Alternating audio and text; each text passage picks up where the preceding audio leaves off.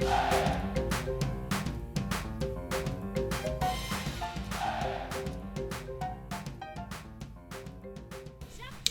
I'm Monet. I'm making these videos to answer some questions that pop up every now and then. I'm a Microsoft employee and I work with this very regularly in Azure. And I thought I'd share how I set stuff up, how I do it, what I do, how I think about stuff. This is in no way endorsed by anyone or any company. This is me just talking about stuff in Azure, especially around data. Right. So let's have a look at how ADF itself would do the segment thing, right? So I'm going to say new pipeline. Let's call it copy 100 million rows ADF segment.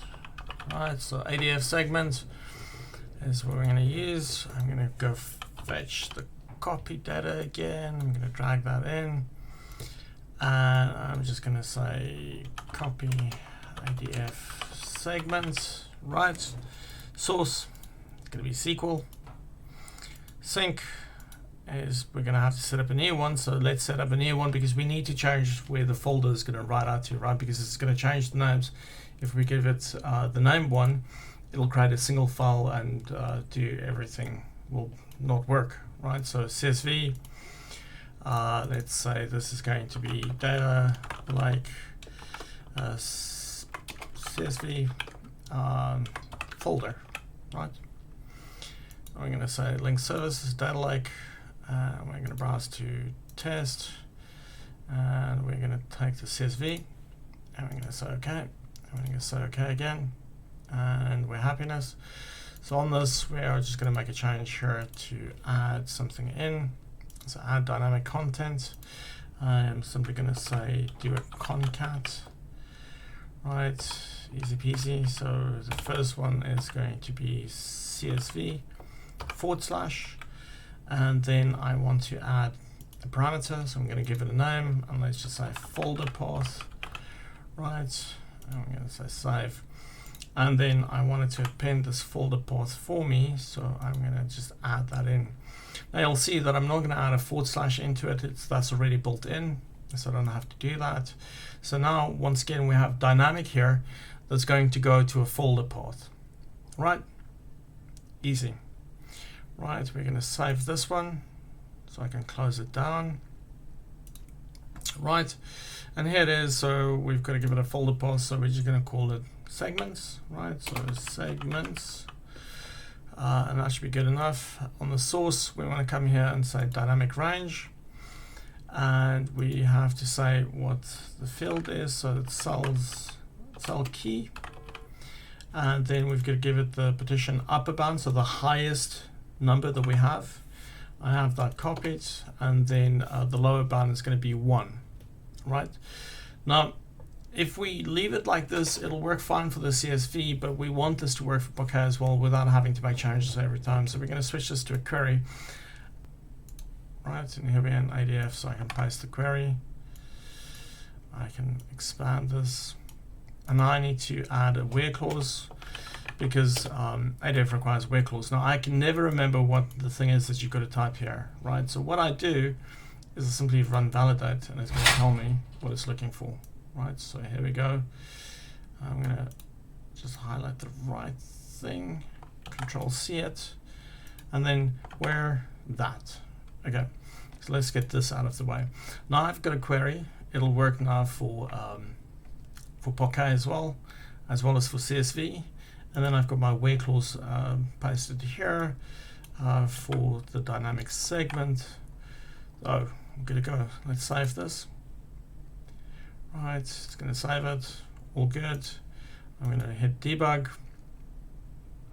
and there we go, it's going to start running debug mode, right? Any moment, it'll be queued for a little bit of time. There we go, in progress. I'm going to have a look at the copy data.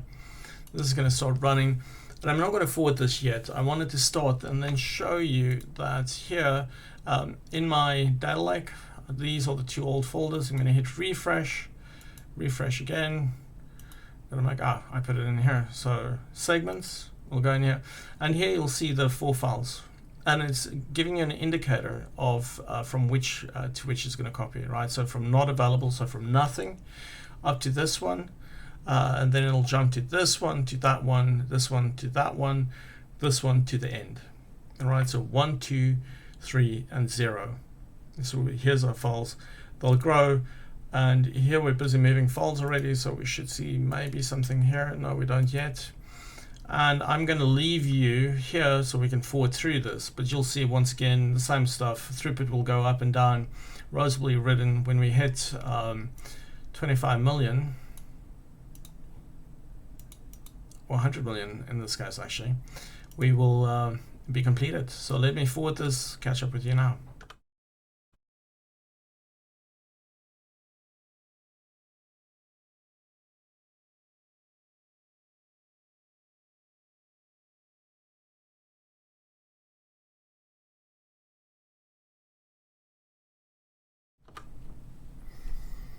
Oh, that's done.